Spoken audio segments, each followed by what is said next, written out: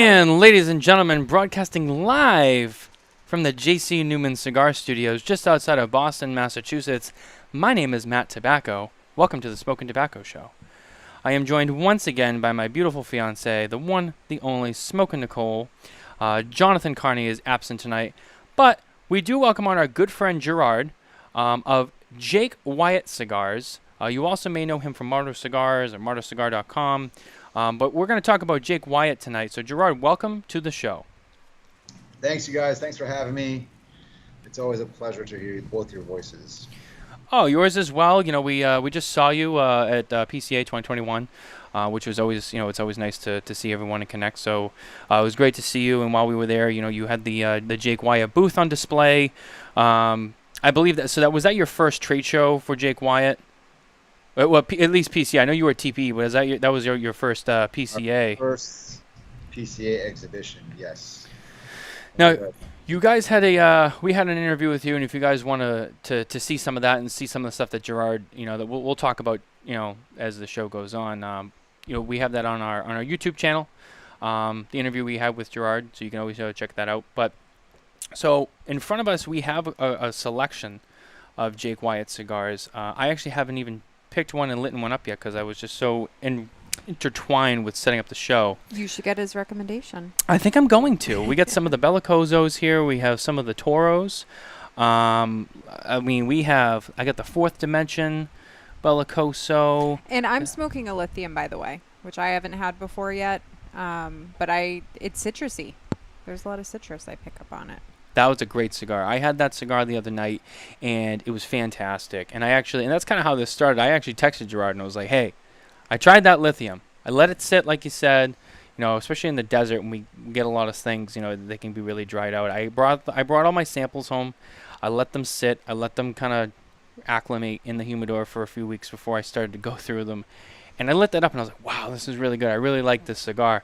And so the conversation just kind of went from there, and we decided to, let's have Gerard on. We could talk a little bit more about kind of what else goes into the Jake Wyatt profile. So I think what I'm going to do is I've had the Herbert Spencers before, which are really good. And I'm looking, and I think what I haven't had the Appendix 2. Appendix 2, yeah. I haven't had that one, and I haven't had the Lucid Interval, the Candela. Oh. Yeah, and guys, these are... I don't know if people can see them, but they're rolled great. This is like a work of art. Yeah, some really cool stuff there. Do the Bellicoso appendix and cut it at the second line of okay. that artesian accent. That is very comparable to stuff that you see today, created by Davidoff White Label, Ashton, Diamond Crown, Oval Cigars, anything of that mild cigar, but you want that creaminess, you want that sweet butter flavor. That cigar is it right there. Yeah, I mean that's definitely stuff that I know I like to smoke. I was always, I don't want to say always, but for a while I was really, and I think Nicole was too, really into Maduros and dark stuff and real fuller bodied cigars. And lately I've been going I've found myself having these cravings for those milder Davidoffs or the Ashton White Labels. Atabay. Oh yeah. So I mean this is definitely right up my alley. You say cut it right above the second line? Right at the second line. Being a Bellicoso, you're not going to get a good draw if you don't cut enough. Alrighty. I got this cut. So while I get this lit, why don't you tell us a little bit about the Jake Wyatt cigar brand? I know that you guys started right around February 2020 is when the brand launched, but tell us a little bit more about kind of where that came from and where the name comes from too.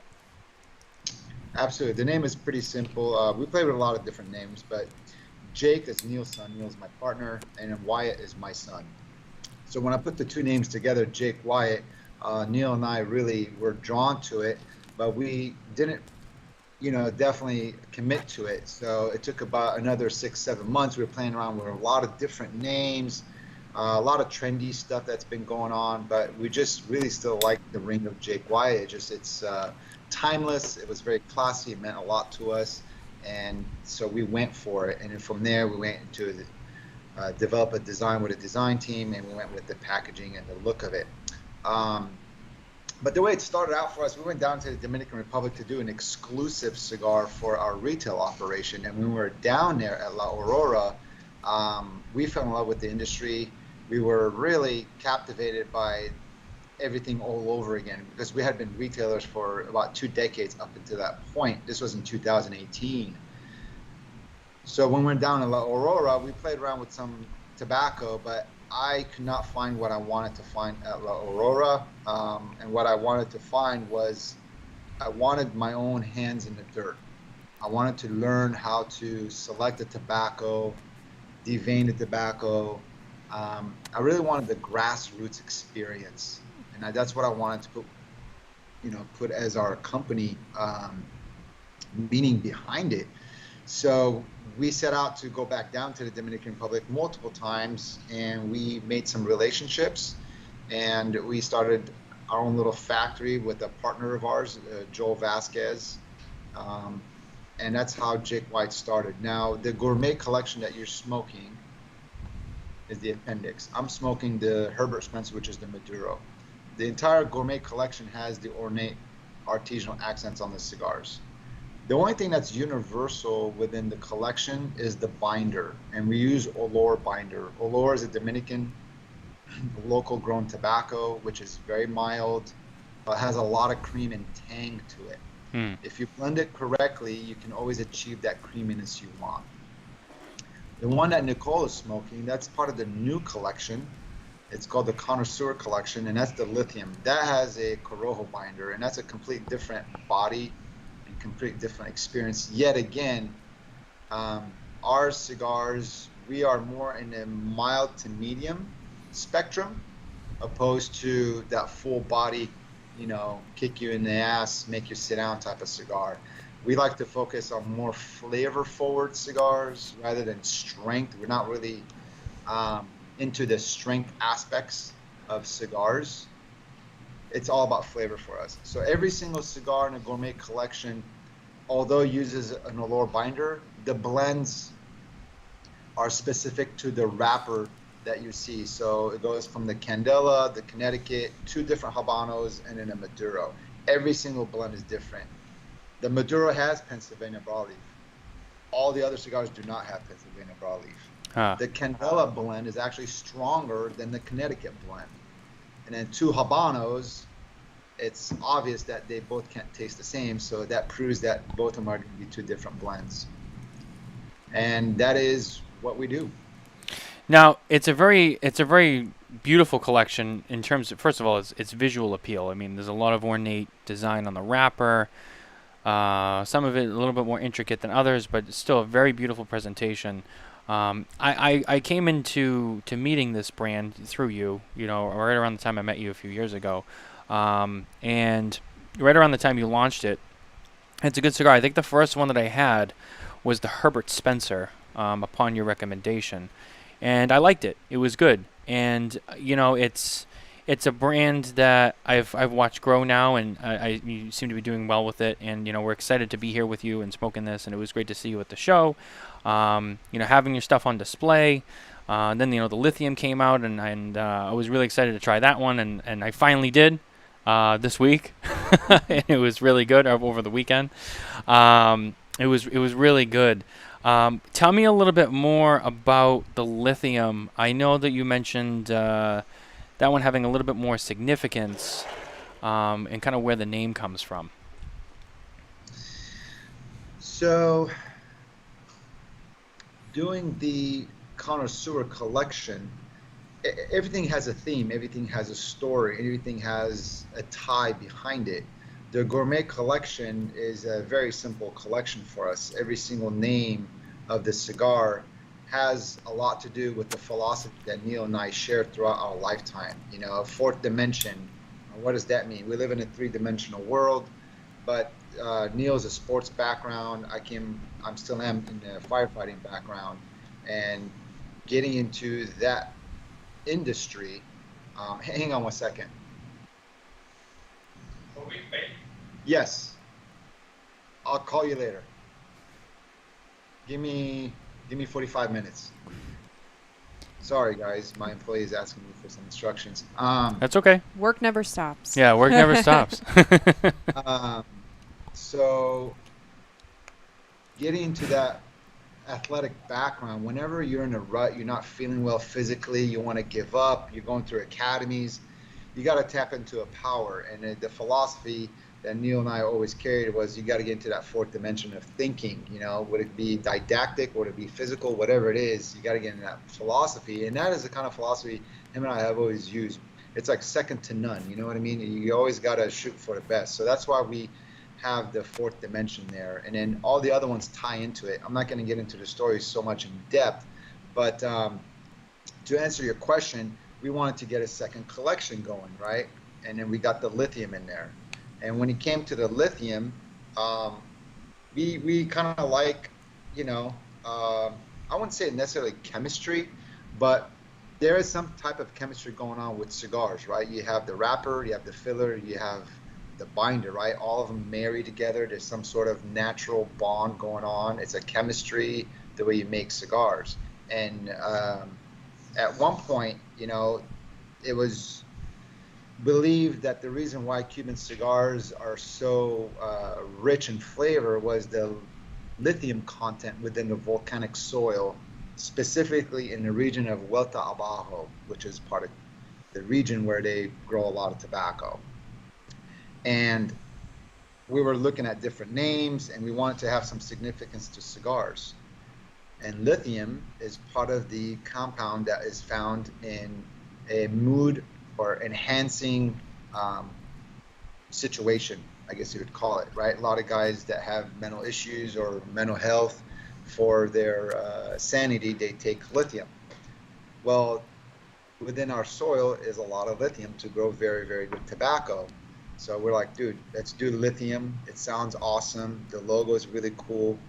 It's what makes cigars. And then this is going to prove the amount of lithium that is in a Dominican soil, and let's prove what we can do with Dominican tobacco. So that's how it kind of came along. That's like a short synopsis of that story. So when it comes to the cigar, though, we love to retrohale. It's all about retrohale, right? You only have 4 flavors in your mouth. You have spicy, sour, bitter, and sweet. That's all you can taste in your tongue. Mm-hmm. But through your nostril, your nasal cavity, when you retro, there's all sorts of different scents.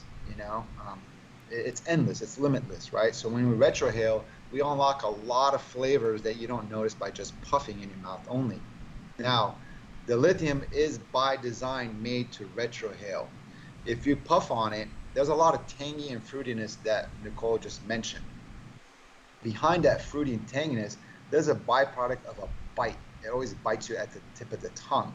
This may not be very pleasing for somebody is just puffing on it. You got to retrohale lithium to really get the true understanding of it, because that's how I designed it. Now, why is that? The reason being is the filler within that cigar is a hybrid tobacco called T13. T13 is a hybrid tobacco made in the Dominican Republic. And if you roll it as a pure grade, it tastes a lot like Criollo 98, but it's a lot fruitier. However, it has that really strong, tart bite to it, right? There's always the yin and yang. So when we blended it, we did the best we can to mute that bite. So therefore, you can really get that citrus dominant flavor of the T13. So that cigar is truly meant for retrohale more than anything else. And that's what I wanted to create. I wanted something I can retrohale, but without that offensive burn in your nostrils. A lot of flavor, but no burn. To get a lot of flavor these days in a retrohale cigar, you have to have it to become very strong. You have to make it very spicy, very peppery to get that complexity, right? So I want to make something without the burning sensation of that pepper that you get. And you can't fully retro the whole thing, where the lithium is designed to be super smooth so you can retrohale the whole entire draw. and that's what lithium is. I did just retrohale it a couple times, and I definitely got like a warmth sensation through the retrohale, if that makes sense. But it added a whole nother dimension to smoking it. The pepper, definitely not any in the retrohale from what I could find, but I could taste pepper notes as I'm smoking it, for sure. Yeah, Like with the citrus. Yeah, it's a complete different. Yeah. But they pair well, like the retrohale and the actual smoking. They do. Yeah. They do. It's So I do admit there's a little bit of a bite to it, but that is what it is. Not, I mean, it's pleasing. The bite is nice. It's not, I think it's not Gerard makes a bad. nice point. I mean, you have like an oral palate, within your mouth, Yeah. what you taste, first, but then on your like your nasal palate, so to speak, when you retrohale, he's right. I mean, there's so many more flavors and scents and what have you that sensations that you do pick up when smoking a cigar. Mm. Now, I would say to that, there's a lot of people. I don't want to say all of them, but there's a lot of people who don't like to retrohale because, they're not used to it when they go for it, and it burns them, and they find it uncomfortable, and they're not used to it, and they never take the time to really get into it. And you'll find people who are like, I only retrohale. You'll find people who say I retrohale every few puffs. You'll find people who say I don't like to retrohale. Whether or not they really gave it a good go or they just really don't like it, I don't know. But I think it's preference. I I don't it love is, it. and it is preference, and you don't have to love it, and that's okay. Yeah. But I do it. Yeah. To really experience the cigar. Like I want to experience. It's not it on something my that own. like for me I do like normally all the time. When I'm trying new things, I will try to retrohale it a few times so that I can understand and seek out Yeah. those notes, like Gerard mentioned, because I do think it's important, and especially and that's one of the things like when you're a reviewer and you review cigars, it's really important, I would say, to retrohale so that you can pick up everything that you can when you write that review. And For people listening, I'm curious on thoughts on retrohaling. in terms of what, like Just if they enjoy it or if people like it or they do it a lot, do it infrequently, don't do it at all. I feel like the thing with retrohaling the most, and I'm not a big retrohaler, so I know that's how this might sound, but it's like I feel like a lot of people, they kind of get scared by it. Maybe not scared, but they just get turned off by it because when it's like anything, when you first start doing it, that sensation, maybe it's different, and you're not used to it, but the more you do it, the more you do get used to it, and then maybe you enjoy it. And maybe I would do it more if I did it more regularly, but I don't. And you know what? Maybe I should, and especially maybe I should retrohale more, and I don't. And it's funny because I always hear people say like, oh, on the retrohale, and then I'll retrohale it to like kind of get those notes, but then it's like after I'm done and I go to smoke it again just on my own, I won't retrohale it, and it's a shame. It's kind of like a double-edged sword, it's like you're missing out, but at the same time you're like, well, I'm not really into that anyway. So. No, but that's really interesting. In the lithium line, first of all, that's another one too. Do you have? Let me see yours really quick. Sorry, I need to. No, it's cool. I mean, this might sound a little biased because these are also the same colors of Smokin Tabacco, but that black and gold, just real sharp there. Just pointing that out. Real sharp on that black and gold band. Really stylish in your humidor. Really pops. So. It's so humid right now. It is. Mine It's very hot and humid here in the Yeah. New England area. Gerard, you're in California, right? And I will always be here. Yeah. I'm not sure how the weather is over there right now. I know it also gets hot over there too, but it is real sticky and hot, and we're in I think our fourth heat wave of the summer already, and It is 96 degrees. Is it?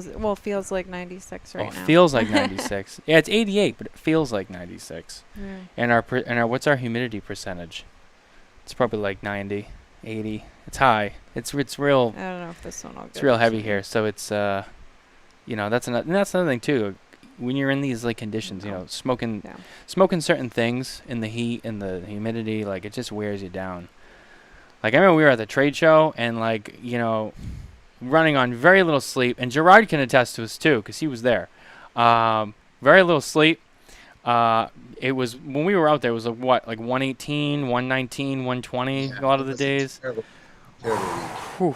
And I'll be honest, like it was cigar time. Everyone's in town. Everyone's together. And I'm like, Dude, I can't right now. It is just too hot. It's just too hot for me. Nicole, are you smoking the pre-release of the lithium? May I see that band again? Because there's a difference in the pre-release band. It might be. Hmm. This one had a slight closed foot on it. Yeah, okay, so Yeah. that is the Now, I learned a lot from the pre-release. As a cigar maker, I'll speak for myself, I get very neurotic, and I'm the best critic of my own product. So the pre-release, we don't have the ornate accents on the lithium, but we did give it a pigtail. And to make it even better looking, we closed the foot to give it that, shaggy look a little bit, somewhat of a shaggy look. And when I started smoking the pre-release, I started noticing that I have to relight it all the time. And as I was relighting it, the draw was starting to get, plugged up a little bit too. And I would look at the cigar and I would realize that it was just really, really moist. And it dawned on me that having the closed foot on that wasn't allowing the cigar to breathe. So therefore, it was never drying out properly. It wasn't aging properly. Yep. So that's when we went to full production. We didn't do the closed foot on the actual production cigars because you have to let it breathe for it to release the ammonia, for it to age, and for it to dry so it burns correctly. So the pre-release was a good call on our end because I would have closed the foot on every single cigar that we made just to make it look better. And that also was another great learning tool, that having the cigars open-ended is just speeds up the aging process, and you want that to happen so you can get the ammonia to escape, so you don't taste that bitterness all the time when it's a young cigar. So Gerard, I would say. Oh no, go ahead. Sorry, I didn't. Anyway, I saw her relighting it, so I was wondering if it's the pre-release or not. Part of the issue is too, it doesn't feel too wet or anything like that. It's definitely dry. It's here in the humidity, like because we're in a garage with no ventilation right now. We have the same issue when we're smoking in the wintertime, outside too. It just gets too dry, too humid, and it's an ongoing battle. I was smoking a Davidoff Grand Cru last week, and it was real bad out here. But I really wanted something super mild and super good. I was just in the mood. And I mean, as we all know, Davidoff's a very top of the notch line brand. I mean, that's top shelf quality, and I just could not get that thing to stay lit. It was just so humid out. It was so wet, and I would take a few puffs on it and let it sit for a couple of minutes, and it was out. And I lighted it again, and it was out, and it was just like, ugh. And then there was I was having a Tatuaje the other day, a vintage Tatuaje. Same thing, and I was so disappointed because I had some nice sticks, and they just people forget when you're not smoking in a controlled environment, because so many people smoke in their garage if they don't have something built, or they're not at their lounge, especially here, even in California, just in places that are that it can be all over the place, too hot, too cold. It can really affect your smoking experience. That's true too. That's a conversation for another day, because we could go. Oh yeah, that's a whole episode. That's a whole episode right there. I'm just gonna really just touch mine up, really. But Gerard, so most people know you. I would say in the cigar community, most people know you first as one of the guys behind Mardo Cigars, which is a retailer in which you operate. Really cool stuff. You guys do a great job. You have a great online presence. You guys do a lot of cool stuff through there. Earlier, you were live on Instagram. I chimed in a little bit where you were kind of showing how you guys are now offering your own aged stuff. And this was really cool. I had never seen another retailer who had their own aging room or pre-aged selection. Right, yeah. Stuff that they took in age and then offered for sale. Yeah. Under their own aging, I would say. Within the box and all that. Yeah. But and you've been really successful with that. And not to take away from Jake Wyatt, but I just kind of wanted to touch on that. I thought that was a very interesting approach that you took with that, and that's really cool. And it's something a little different, and I'm surprised that I don't see more of that. And I'm sure someone else has done it or whatever, but I really like the concept that you had there. But obviously, being a retailer first, and now getting more into manufacturing, production, like you said, you wanted to get down on the farms and learn how to source your own tobaccos and really work with it and whatnot. What would you say in this whole experience, this whole process, with the Jake Wyatt growth and the building of this brand? Would you say what has been your favorite part so far, whether it's stuff on the farm with the tobaccos themselves, or in the aging process, or the rolling process, the blending process? What aspect of that other side of the industry would you say you enjoy the most?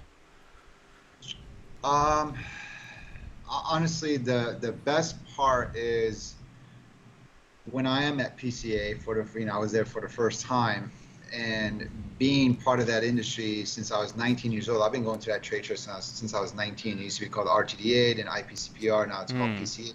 Seeing, the idols of the industry, the guys that have been around forever, and now I'm part of that family, where I am an exhibitor, not a consumer. And that trade show was really something else. It just kind of was like humbling experience. And then you get to start talking to a lot of retailers that I never knew existed, because when you're a retailer, you live in your own world, right? Right. You're just in your area, you do what you do, you got friends, and you're friends with reps, and you hear about other big retail shops throughout the nation because they're large, right? And they're very influential. But being at PCA and writing up orders, I got to meet a whole lot more of individuals, and I saw how much of a small family the cigar industry truly, truly is. If you really sit back and look at PCA as a whole, that is the whole entire industry right there under one roof. That is it, right? And that's the pool you're swimming in. You know what I mean? And so when I was there and writing up these orders, obviously we're given samples. Some people walk away with the sample and they want to try the product first before they purchase any.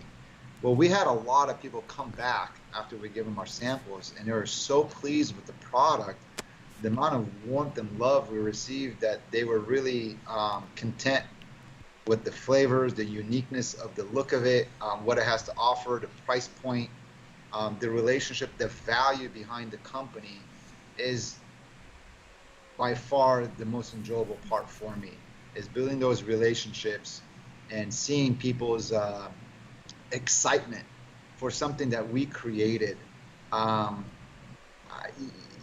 There's nothing like it. That is true love for me. Somebody that loves what you make, like an artist, your artisanal touch gets people excited. Right. So that's personal. You know what I mean? So that's you looking inside of me, and when I create something from my own thoughts and it's my own art, I'm very vulnerable. You may say that it sucks and it's going to hurt my feelings, or you're going to be like, this is amazing, right? So I'm being very transparent with giving you what I think is amazing. Right. And I'm giving it to you to judge me, right? So when people say, yeah, I like it, it's cloud nine. It really, really is, And the people that make what Jake Wyatt is, I'm very grateful for those guys. I really am. The guys at the factory, the design team, Neil, my business partner, everything. My wife, my kids, putting up with it. Me leaving the country every 2 months to be down in the Dominican Republic. So the trade show, the people's reaction is my favorite part. Yeah, I mean, it is a special time, when everyone's together, and and as a newer a newer manufacturer now, making your debut, and like you said, being part of that pond, it's cool. You're swimming around and you're bumping elbows. I mean, your booth was almost right across from Tatuaje, Pete Johnson, guy who's a legend in the industry. He's done a lot of cool stuff. Just stuff like that. And I know what you mean. You're saying you're part of the tribe now, and it's that sense of personal accomplishment, and you've put in the work, you've put something together, you have it out in the market, people are ordering it from you, it's a success. It is a special feeling, and that can be said about anything you do in any industry, in any kind of business that you run, whether it's a specific product or it's different kinds of products, or just kind of whatever it is you do, and you build something like that. But I would say cigars is definitely more of an intimate product experience, business experience, because of what you said. It is like a work of art, especially looking at your stuff too. I mean, very, very cool stuff that you have here. Very, very ornate detailing, but it is art. Any cigar making is art. So much goes into it. Like they say, 300 hands touch a cigar before it gets to you and you cut it and light it. And there's so many moving pieces to it. And a lot of it all starts from, one or a handful of people's vision and what they put together. And then all these other people get together and then they make that vision happen. So, it is a special experience. Would you say that, I guess I'll get a little into PCA here just from your perspective. Would you say that, obviously this being your first year, you've been before, so you knew what to expect in terms of just the general aspect of the show. But as we know, this show is a lot smaller than it usually is. Would you say that was a big benefit for you, being a new exhibitor, maybe having less people there exhibiting? Maybe there was more opportunity for you to shine your product and not be kind of overshadowed by some of the other brands that normally attend the show. Yeah, absolutely. That was the talk at Bar Luca. That's the bar where everybody hangs out at. The Circle Bar. And that was a talk where everybody in the beginning were, skeptical that the show was so small that there's not going to be any business going on. And towards the last night or the last day of the trade show, I was talking to a lot of sales reps, and they're saying they were hitting record sales because whoever did show up was the people that, had been wanting to go somewhere because of COVID. They weren't able to go anywhere. So they had, either 1 year of saving their cash flow. So they had a lot of money to be able to, dispose at a lot of new products. And then since it was a smaller show, there was more, the ability to look at other products that were not drowned by the bigger brands. So those two things really made a big difference for us, absolutely, because I believe, if the trade show was much, much larger, we might have been drowned out by, all the other bigger guys. So, there's a saying, out of sight, out of mind. It doesn't matter how big you are, but if you're not there, your money is going to be spent elsewhere. It's just the way it goes, It's right. Just, we buy with our eyesight, right? You know what I mean? That impulsive buy. I'm not big into dissecting human behavior, but logically, absolutely, if you're not there, you're not going to sell as much. I don't care how loud your voice is, you got to be present. And having that being said, it really did help us, I believe so, yes. A lot of sales reps said, you know what, you guys really, really lucked out, and good for you guys, but the product does have to speak for itself at the same time. Yeah, no, I agree with you there, and I think that it does. I think so far you guys have done a great job, and it'll be interesting to see, how you do continue to grow. And you're off to a great start already. But before we continue on with that, I just want to hit our news segment, which is brought to you by McAuliffe Cigars. McAuliffe Cigars, become an ambassador today. If you head over to McAuliffeCigars.com, you can sign up to be an ambassador, receive your ambassador coin and number, as well as sign up and get your McAuliffe tasting passport, where you can smoke everything in the line, save your bands, write down your notes, submit it back to McAuliffe, and be entered to win some really cool prizes. I had a whole bunch of different news articles on my desk today, this week rather, preparing for the show, and I don't normally do news based on cigar releases, but I would say that there's one that was really interesting because there is so much hype and anticipation on this particular release. Thank you. Also, there was some hubbub around the industry about maybe it's being offered a little bit too high in price for a new release cigar, and so Michael Herklotz, Ferio Tego, has announced with Brendan Scott as partner that they will officially be launching in October in retailers. They will be very limited releases. They will both be 6x50 Toros, and they will be in 10-count travel humidors, which we actually saw at PCA. There were no cigars, but we were actually able to see the box. It'll come with a humidity pack on the bottom. Really cool presentation, really top-notch quality.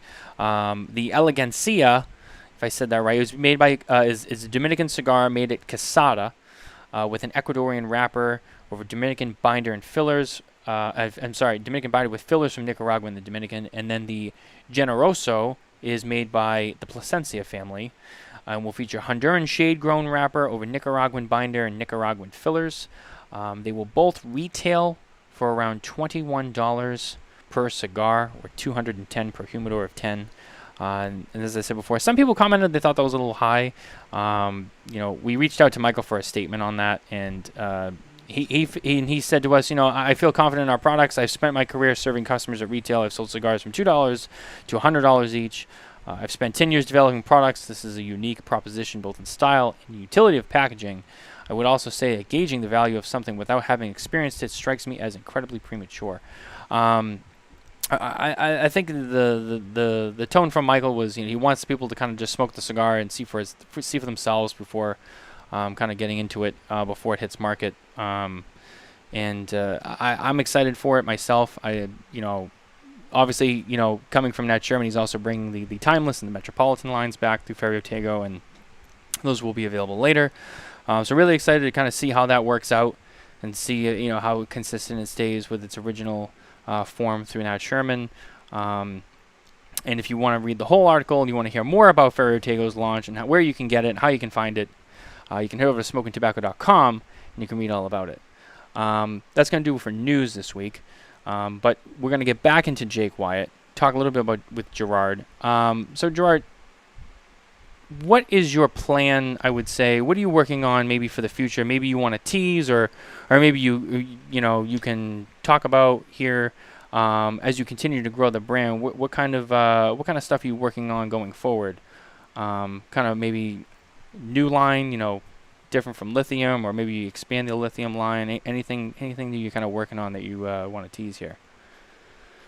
As of right now, the only thing that we have new that's coming out, we did take orders of it at the PCA trade show, which is the limited Lancero sampler. It is a box of 5 and has one Lancero of each gourmet collection.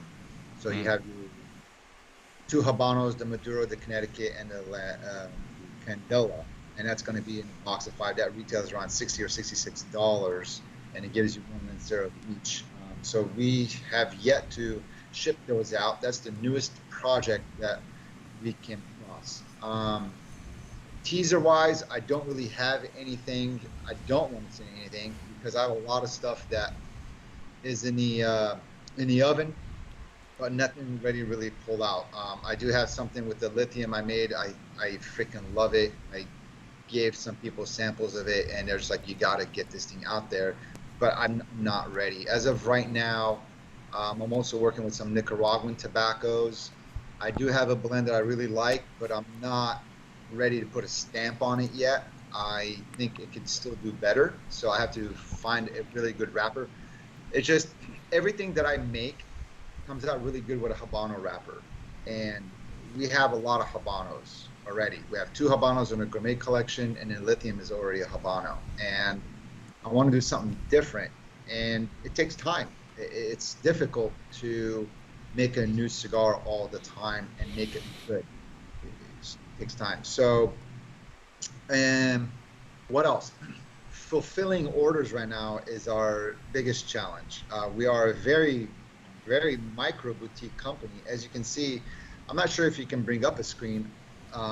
Where we're sitting right here, right now, a screen within a screen. But if you went to Jake Wyatt Cigar Company, or JakeWyattCigars.com, I should say, you can see that every single cigar in the gourmet collection has the ornate artisanal accents.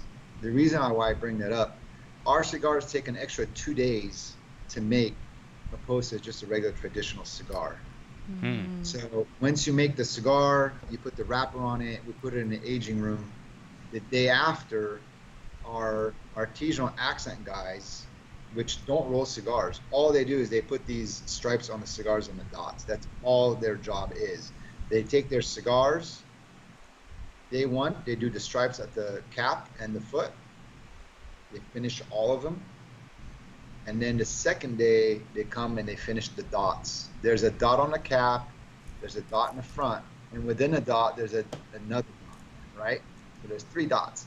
So this is an extra 2 days that we take to make our cigars. So it truly keeps us very, very boutique, and it's a lot of work. So right now we are just focusing on production. We are still fulfilling PCA orders. It was a very overwhelming show for us. The response was much, much larger than we anticipated. And servicing our accounts. So rather than focusing on always coming up with something new, and flooding, our brand with just a bunch of new stuff and confusing people what is what, we want to focus on the relationship with our retailers that we just signed up with. So as of next weekend, we're headed down to Texas to Industrial Cigars. I'm not sure if you know those guys. The I know of them, yeah. Yeah, very influential individuals down in Texas. Awesome team. And we're going to go down there on the 2nd, and we're coming back on the 6th. So for 3 to 4 days, we're holding down an event with them. So we're doing the whole kit and caboodle. We're doing the YouTube, the interview, the actual event. There's a birthday for one of their staff members. We're going to do a birthday party there. We have a golf tournament. So we're doing a pretty big kickoff of Jake Wyatt with them. And they've been a dealer of our product ever since we launched in 2020. So this is what our focus is on right now. We have another event with Continental Cigars in LA in October, and Craig Cass, which is in the Charlotte area. He has 5 stores. He'd like for us to get down there before the end of the quarter, football season, things of that nature. So that is where our focus is servicing our clients, giving them the value that they deserve by having Jake Wyatt Cigar Company on their shelves. So it's not just cigars we're here about. We're here for the relationship, bringing you new ideas and new ways on bringing new customers to your store with our cigars, right? The generation of cigar smoking is changing rapidly, so fast that you can't even see it. That's how rapid the industry is changing. Being at PCA and seeing how things are turning, again, to the naked eye, we can't see the speed that it's moving in. If you see other booths, kind of like El Septimo, how vertical they are, I really love their concept too. So there's a lot of things that we are doing to structure the company, if I'm making any sense. No, I follow you. I get what you're. I smell what you're cooking over there. No, and it's interesting too because like and you're not the only one. There's a lot of people doing it, but you run a retail establishment, but you also you're running a brand too, and sorry, I got ash all over the place here.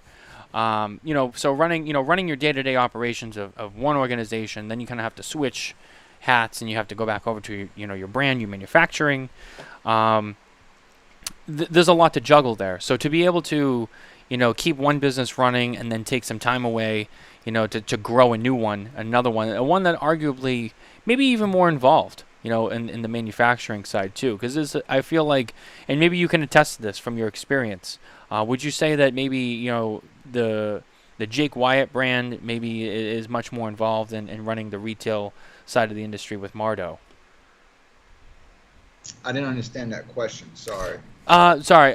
Meaning, in terms of business and running the business, would you say that the time and the work that it takes to really get a brand going, both through manufacturing and sales and promotion, all that, maybe is more or less time consuming than the retail side of the industry, where you have your store, your online business, and fulfilling orders and buying new products and keeping up with inventory and stuff like that? Which side of that industry would you say is probably more complex from your point of view? Manufacturing, absolutely. Right. The retail side of it is pretty easy, right? I carry these brands. These are my prices, and I have my way of servicing you, and this is what you're going to get from me. Um, and how I go about it in my creative way of marketing is basically it. But when it comes to pushing and creating your own brand, that's a whole different beast, brother. You know, it is. Absolutely. Yeah, again, it's you're looking inside of me when you have my cigar in your hand, like right here, right now.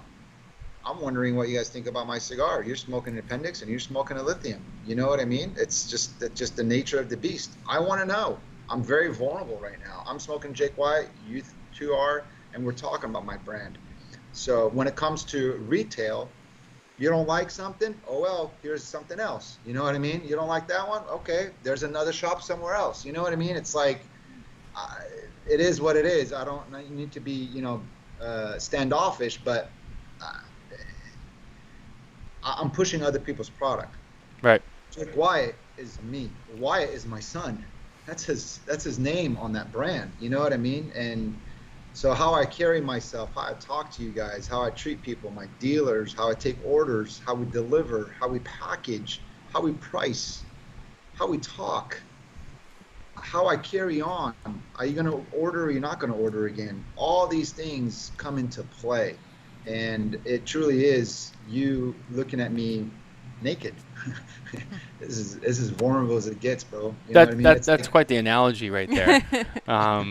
Now, so when you do have potential customers coming in, retailers to take in the line, they sample it or whatever, or maybe even just regular consumers too that are trying it for the first time. Do you still get really nervous when they try it? Like, oh, I hope they like it. every single time. Your heart drops. Like, oh, what if they Every don't like it? And Yeah. But as time goes on, the cigars that we make is my palate. Now, my palate is very broad. I do like very strong cigars as well. Mhm. But I have yet to, and there's very little very strong cigars that I truly, truly like. And the ones I really like, these guys have been doing it for generations. You know what I mean? And they have the ability to get very, very good tobacco because they've been growing it for generations. They have connections. They know how to do it. They know how to get it. They're in it deep. You know what I mean? Right. I'm first generation. So the tobaccos that I'm dealing with is not the same tobaccos that these guys get. They're very rich, in knowledge, in money, resources, things of that nature. So I love my product. I love what I have. And if you don't like Jake Wyatt, it's fine. That's okay. Not everybody's going to love caviar. You know what I mean? True. And not everybody's going to like the way I make certain steaks. That's fine. But if you don't like it, is it going to bother me? Absolutely. It's, again, it's my vulnerability that you're judging. So yeah, I do get nervous at some point. And, to a healthy point, I think it's good to get nervous because it means you care, right? It's worrisome when you don't care what people think about your product. Then we have a problem because you don't care. Absolutely. I do want to hit our top 3 segment on the show. And this week I thought I would kind of get a little bit more creative with it. And I wanted to ask you what you would say your top 3 favorite drink pairings are with your cigars. Oh, that's really very, very easy to answer. I don't drink alcohol. I did not know that about you. Yeah, this is it right here, water. Oh, really? Sparkling water, or if I'm going to smoke something really strong that I know is going to kick my ass because I'm going to retrohale the whole thing, I'm going to get too much nicotine, I'm going to get something with a lot of sugar. So I'll go like Dr. Pepper or... Oh, yeah. It's funny. Yeah. Those are my 2 right there. I do sparkling like San Pellegrino, the flavor, if I'm not pairing alcohol, or I do Diet Dr. Pepper. Yeah. Those are my 2 You for just cigars. need some sugar when you have too much nicotine to Yeah. take away the nausea. But yeah, I don't drink any alcohol. So therefore, I would not be able to tell you anything about alcohol and cigars. That's okay. Yeah. And honestly, I didn't know that about you. But there are plenty of shops too. I mean, we frequent a shop who they don't have a liquor license, so everyone is in there all day. It's a lounge pairing with not non-alcoholic drinks, right? So Yeah, you know, and the owner's not a big drinker either, and a lot of times you see people just drinking soda water, coffee, coffee coffee. is a big one over there, and they kind of drink everything but alcohol there and pair it well. So, and that's the thing too. I think it kind of brings up an interesting point, I guess, that I just kind of put together. It doesn't always have to be alcohol, you know. I think that's the one that people always talk about the most. Like, what do you do? Well, I drink rum. I drink bourbon. I drink scotch. I drink, maybe tequila. If you're a Room 101 fan, maybe you drink gin. But it doesn't have to be alcohol. Some people do wine. Sometimes I've been known to pair cigars with some wine, depending on what that pairing is. But yeah, it doesn't have to be. You very easily can just be a non-alcoholic, a soda or a water or a sparkling water. Topo Chico. That's a big one. I love Topo Chico. If you're a Dojo fan, you can get a Dojo Chico now, apparently, which is cool, I guess. So yeah, no, I mean, I figured I'd throw that one that way, but that didn't really go how I intended, but it was still successful. Gerard, I know you came on to talk about Jake Wyatt, and I feel like we really covered that brand really well. I would say while you're here, if there's anything else you want to maybe promote on the retail side, is there anything maybe that you're working on, anything special you guys have going on that maybe you want to promote here on the show?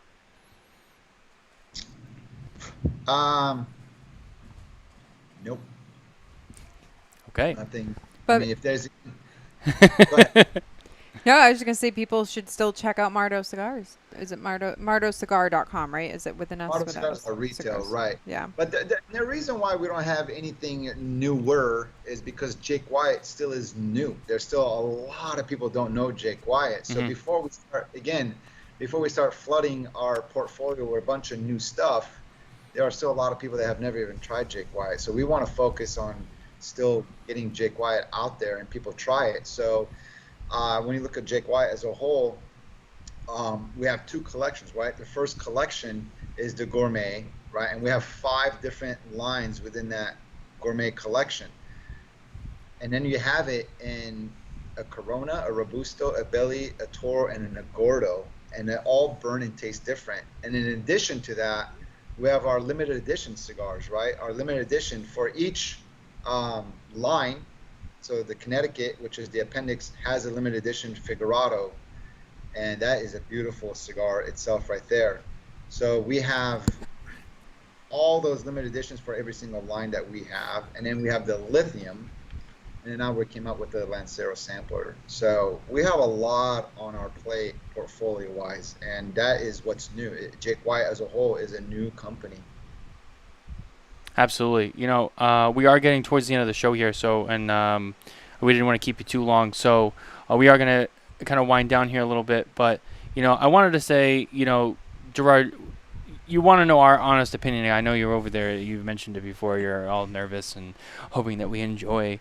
No, these are really good. When I saw you at the show, I remember, we were talking, whatever, and you had asked. And I mentioned I like a lot of Belicosos. So I have a nice selection of Belicosos here, and that's what I went with tonight with the Appendix 2.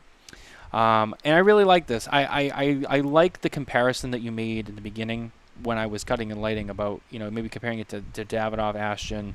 Something that's milder, but has that... It's milder in its strength, but it has a lot of good flavor to it, and it's really well rounded, and it's very well balanced. I pick up, while it's not some, there's a lot of cigars out there, you pick up so many different notes at once. This is definitely a cigar where it's not one-dimensional, but I can definitely taste each note as I go through. It's a subtle amount of pepper and spice. Not too much, not very heavy. For me, I kind of call it the sweet spot. When I find a cigar that has, I don't like an over amount of pepper. Anytime I get a cigar that's real peppery, I like pepper, but too much for me is a big turnoff because I don't like the way it kind of goes with the tobacco. This has just enough pepper and spice as a baseline to it. It gives it a good foundation of flavor. It has some creaminess to it too, which is nice. It definitely something I enjoy smoking right now in the heat. I don't know if I could really do anything too rich as I've been doing, and I'm like, this was a bad choice. This was a good choice for today. And it's really enjoyable, and I can really, like I said, I can really taste everything out of it. I will be honest, I have not retrohaled it yet, although I will. Nicole, what do you think of the lithium over there? I have been enjoying it. It's like I said, the retrohale was great. It was complex. It was warm. I definitely picked up on the citrus notes.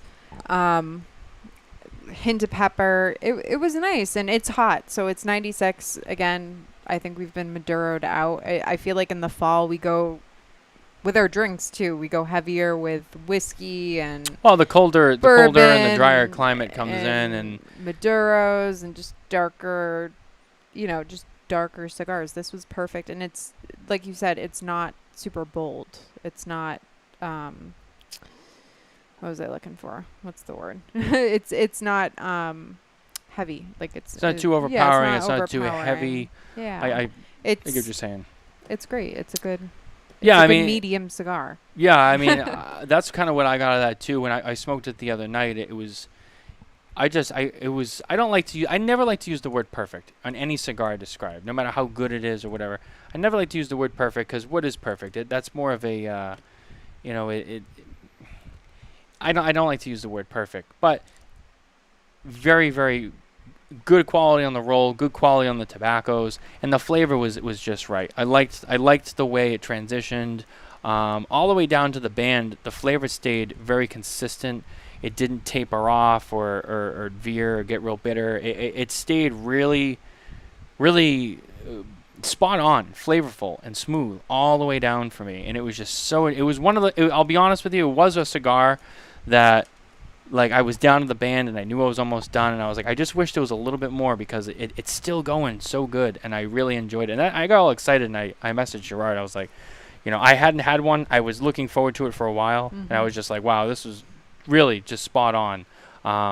Really happy with that, and I'm excited to get more and to try other stuff you do with lithium and other sizes and whatnot and compare in the future. But really, job well done. This one's really good. As I said, I've also had the Herbert Spencer before. I'm really looking forward to the Lucid Interval.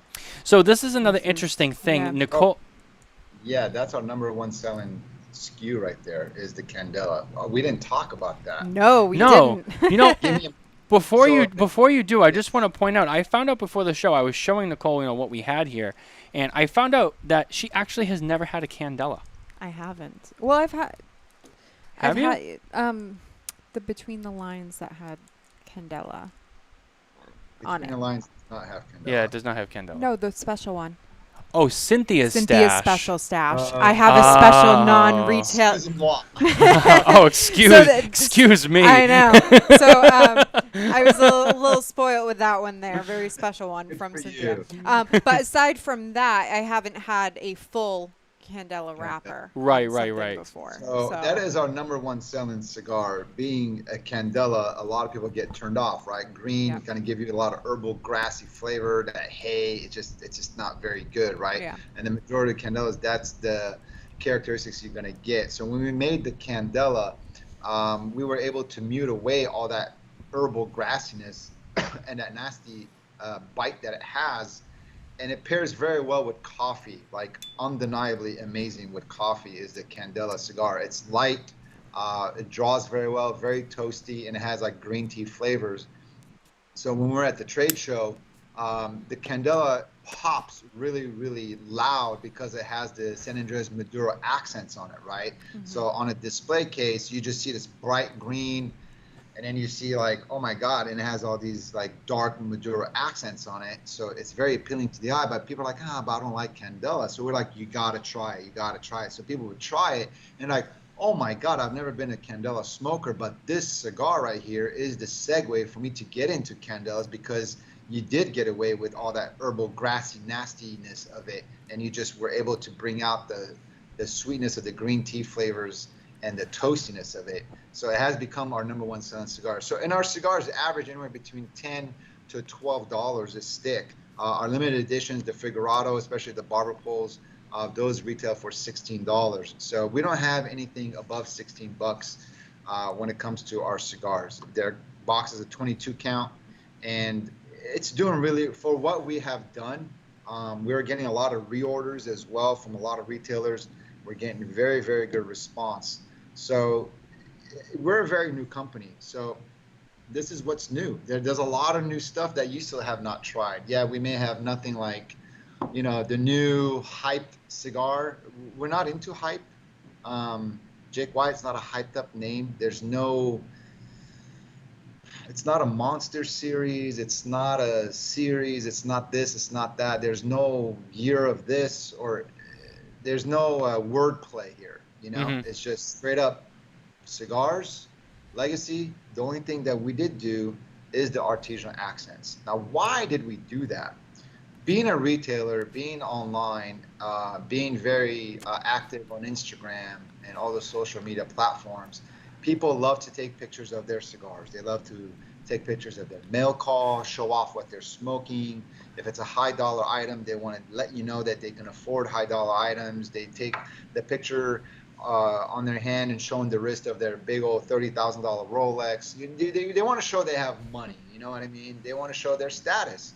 So we want to make a cigar that is very appealing behind a photo. So how fun would it be for you to be able to afford a $10 to $12 cigar and be very appealing to photos? So whenever somebody's scrolling and you want those extra followers and they see you smoking something really cool, they're like, oh my God, what is that cigar? Well, who is this guy smoking? Let me follow him. What else does he do? You know what I mean? So that's why we did the artisanal accents on the cigars, is because we're in a new age. Social media is huge. It's prominent. People love to post what they're doing. It's very personal to them. So if they find something really cool and unique, they want to be different. Jake Wyatt is very new and unique. And it allows you to do that because it's not going to rob every single penny out of your pocket. That's a really creative and interesting approach that you took with that, and it is. I mean, it's just different. It is different, and it honestly, it's. I would say from like a marketing standpoint, it's very creative and it's very outside the box. And I like how you're just so transparent about it too. Like, hey, like we want to make something that's more affordable and more accessible, but also like shows off like some of these rare unicorn sticks that you've seen, or high dollar sticks that maybe a lot of people can't get their hands on. And it pops and it flashes, and he's so right. A lot of the cigars that are in the Jake Wyatt line, remind me of a lot of other really cool cigars I've seen before. And I won't mention any names to overshadow, but they have a really nice appeal to them, and I think that that's a really spot-on strategy. And they pop. Like if you're putting this in as a shop owner in your humidor, there's not a lot of things like this. So as a new cigar, it's already a talking point. That's already sitting on the shelf. A lot of the other stuff like that, like kind of build on what Gerard was saying. I mean, there are stuff out here. You don't see it on a shelf. You walk into a cigar store. Part of the experience of that, when you walk in, you see the cases, the boxes are open, the boxes are on the shelves, the cigars are out, and you walk by and you see this in a case next to a lot of good cigars, but traditional solid wrapper, single design, classic looking, and then you see this and you're like, wow, what's that? And you gravitate towards it, and it's I think it's an interesting concept, and I'm surprised more people haven't gone that route, but it's a really cool concept. And we've seen the phase of like the eye-catching band and box. I feel like recently there's been so many more brightly colored boxes, like El Septimo. They have the brightly colored boxes going on to be more eye-catching. And then the bands have all the packaging. Yeah, the packaging, I feel like recently, but not with the tobaccos themselves. Exactly. Yeah, that's really creative, really outside the box. The only other person is John. I've really seen in recent times. So John from La Flor Dominicana, he's been doing these limited edition smoke session cigars. Yeah, with the smoke session that he has, and they do laser cutting on. But those are also more of a limited production, as well as like they have the Solomon Unico, which has they're all individually ornate with the designs and stuff. But those are also limited production stuff that you don't always run across. This is something that you could go online or go into a shop and you can get it pretty much almost any time. So to more of his point, it's more accessible as well to the consumer to have. And we do have the talent to do a lot more articulate designs. I mean, Statue of Liberty, the flag of the United States. I mean, I have a Figurado that has the whole entire Jake Wyatt logo on it. They Mm. made that for me. They made one for Neil because he played Major League Baseball. The actual MLB logo on the entire cigar. The Oh guy wow. holding the bat, all coming at That's you. cool. The Punisher, Batman, Superman. I mean, all of it can be done. We have the talent to do all that stuff, but then you get into copyright infringement, things like that. That's not our thing. Yeah. But those things, you can only make so many, right? This is our actual production cigar, so it's going to force us to stay boutique, which is we did that on purpose to slow our hands down, and so yeah, that's one way of controlling our production. Keeping it truly micro boutique. That's our end game here. Absolutely. Well, Gerard, I want to thank you for coming on with us. Thank you for being here. Thank you for sharing Jake Wyatt with us. It's been very enjoyable for me so far in my experiences with it. Nicole is obviously new to it now, and has been enjoying it so far as well. Um, I'm excited to continue to watch Jake Wyatt grow. It's definitely on my radar as one of my newer favorite, upcoming brands that I look forward to exploring more into as time goes on and as you continue to grow yourself. So yeah, just thanks for being here with us. And Thank you, guys. yeah, and everyone listening at home and watching at home, if you head over to Jake Wyatt Cigars, is it JakeWyattCigars.com? Yeah, JakeWyattCigars.com will show you the dealers where you can purchase the product. On JakeWyattCigars.com, the only thing you can buy is swag. We do have lighters, cutters, cigar stands, T-shirts, hats, and things of that nature. But when it comes to buying cigars, you'll actually have to seek out a dealer that carries the product. We don't sell to consumers. Absolutely. So yeah, always support your local brick and mortar retailer. But yeah, so guys, thank you for being with us tonight. Gerard, thank you for being with us. Stay tuned this Saturday night for another episode of the Spare Notes series with myself and William Cooper, as we get into a variety of topics as usual. It's always a great time, and I love Coop to death, so it's always exciting just to be on the air with him. And we'll see you guys all next week. Take care, guys.